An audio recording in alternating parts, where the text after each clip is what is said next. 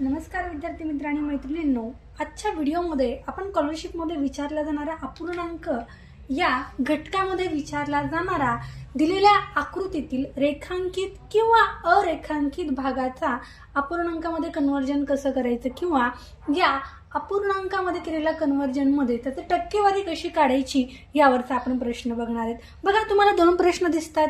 पहिल्या आकृतीमध्ये तुम्हाला काय केलेलं आहे तर एक आयत दिलेला आहे आणि या आयतामधला एक जो कप्पा आहे, एक जो रकाना आहे तो काय आहे, रंगीत केलेला आहे, तो रेखांकित केलेला आहे।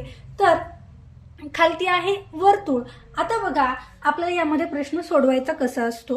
ज्यावेळी आपल्याला प्रश्न असा दिलेला असेल की दिलेल्या आकृतीतील रेखांकित भागाचा अपूर्णांकामध्ये रूपांतर करा किंवा अपूर्णांकामध्ये ती आकृती आपल्याला कन्वर्ट करायची असेल तर प्रश्न कसा सोडवायचा, तर काय करायचं, आपल्याला दिलेल्या आकृतीतील जे एकूण भाग आहेत, ठीक आहे, जे एकूण भाग आहेत ते आपल्याला छेदामध्ये लिहायचे आहेत आणि त्यापैकी जेवढे रेखांकित भाग असतील, ठीक आहे, रेखांकित भाग जेवढे असतील ते काय करायचे, आपल्याला अंशामध्ये लिहायचे। अशा पद्धतीने आपल्याला त्याचा अपूर्णांक तयार करायचा असतो। बघा, आकृतीमध्ये आकृतीचे एकूण समान भाग किती केलेले आहेत, 1 2 3 4 एकूण भाग आहेत 4 आणि या 4 भागांपैकी एक जो भाग आहे तो कसा केलेला आहे, रेखांकित केलेला आहे, रंगवलेला आहे। म्हणून या आकृतीचा अपूर्णांकामध्ये रूपांतर काय असेल, 1/4। पण जेव्हा आपण आकृती क्रमांक 2 सोडवतो त्यावेळी तुम्ही 1 2 3 4 एकूण 4 भाग आहेत आणि या 4 भागांपैकी 2 भाग रंगवलेले आहेत असं जर म्हणाल तर तुमचं उत्तर चुकणार आहे। का बरं चुकणार आहे? बघा, ज्यावेळी आपण या आकृत्यांचं अपूर्णांकामध्ये कन्वर्जन करत असतो तेव्हा दिलेल्या आकृतीतील प्रत्येक भाग हा समान असायला हवा। कसा असायला पाहिजे, समान असायला पाहिजे। यातला प्रत्येक भाग समान आहे का? नाही, इथं प्रत्येक भाग समान होता म्हणून आपण काय केलं, 4 भागांपैकी एक भाग हा रंगीत आहे, रेखांकित आहे असं ठरवलं। परंतु ज्यावेळेस आपण आकृती क्रमांक 2 पाहिली त्यावेळेस त्यातला प्रत्येक भाग रेखांकित हा समान नव्हता म्हणून आपल्याला काय करायचे, आधी हा रेखांकित भाग जो आहे तो आपल्याला समान करून घ्यायचा आहे।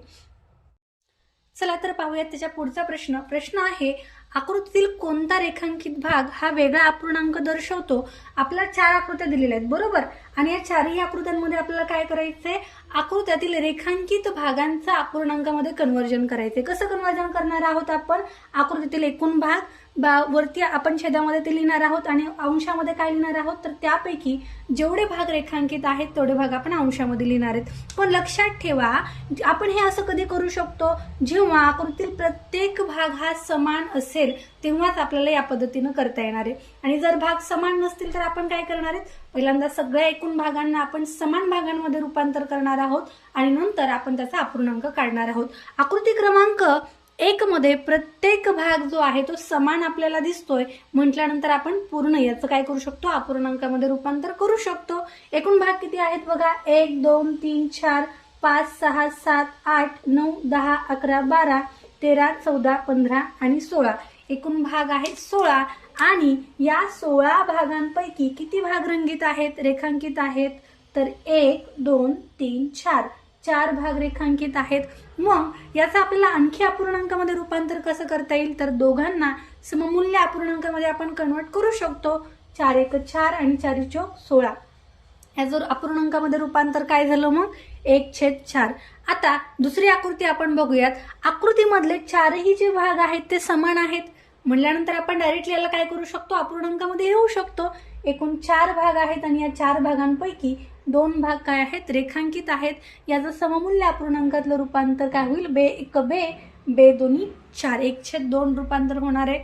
आता तिसरी आकृती बघा, तिसरी आकृतीमध्ये आपल्याला एवढे भाग सगळे दिलेले आहेत आणि यातला मला सांगा प्रत्येक भाग हा समान आहे का, 1 2 3 4 हे 4 समान भाग दिसत आहेत, पण हे जे 2 भाग आहेत ते कसे आहेत, थोडेसे मोठे दिसत आहेत, हो की नाही। म्हणजे या आयतातला प्रत्येक भाग समान नाही। मग मला सांगा, जर आपण या ठिकाणावरून एक रेषा ड्रॉ केली तर सगळे एकूण जे भाग असतील ते आता समान तयार होतील का? यस, सगळे भाग आता समान झालेले आहेत। मग एकूण भाग किती तयार झाले बघा, 1 2 3 4 5 6, 7 आणि 8 एकूण भाग तयार झालेले आहेत 8 आणि या 8 भागांपैकी 2 भाग काय आहेत तर इथं रंगीत केलेले आहेत, रेखांकित केलेले आहेत. बे चोक 8 म्हणजे याचं अपूर्णांकामध्ये रूपांतर काय होणार आहे तर 1/4 या पद्धतीनं होणार आहे. पुढे बघा चौथी आकृती. चौथ्या आकृतीमध्ये सुद्धा हे 2 भाग कसे आहेत जास्त मोठे दिसत आहेत, बाकीचे सगळे भाग कसे समान आहेत. म्हणजे याला पण आपण काय करूयात समान पहिल्यांदा करून घेऊयात. आता सगळे भाग समान झालेले आहेत.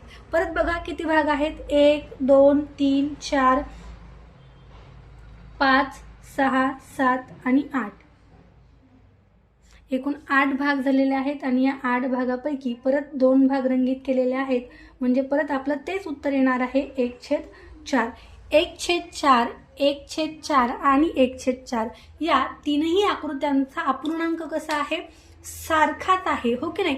फक्त आकृती क्रमांक 2 हा वेगळा अपूर्णांक दर्शवते म्हणून आपलं उत्तर आहे पर्याय क्रमांक 2. हा प्रश्न तुम्हाला पेपरमध्ये विचारलेला आहे आणि अतिशय महत्त्वाचा आहे. ठीक आहे. अशाच पद्धतीचे नवनवीन व्हिडिओ पाहण्यासाठी आणि नवीन नवीन ट्रिक्स माहीत करून घेण्यासाठी चॅनलला सबस्क्राईब करा आणि लाईक करायला विसरू नका. भेटूयात नेक्स्ट व्हिडिओमध्ये. तोपर्यंत सगळ्यांना टाटा बाय बाय, टेक केअर. चलो आता हा रेखांकित भाग समान कसा करायचा आहे मला तर याचे सगळ्यांचे इक्वल पार्ट जे आहेत ते मला बनवायचे आहेत. इक्वल पार्ट आपण बनवून घेऊयात.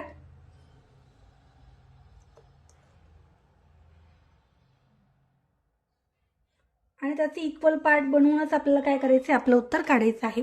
बघा आता मी काय केलं या आपल्या वर्तुळाचे पूर्ण रेखांकित भाग जे आहेत ते इक्वल समान भाग तयार केले. एकूण भाग किती तयार झाले बघा 1, 2, 3, 4, 5, 6, 7 आणि 8 एकूण भाग किती तयार झालेले आहेत 8 तयार झालेले आहेत. प्रश्न काय आहे आपला रेखांकित भागाची टक्केवारी काढा. ठीक आहे. एकूण भाग किती आहेत टोटल भाग आहेत 8 आणि या 8 भागांपैकी रेखांकित भाग किती आहेत बरं चला मोजा एकदा.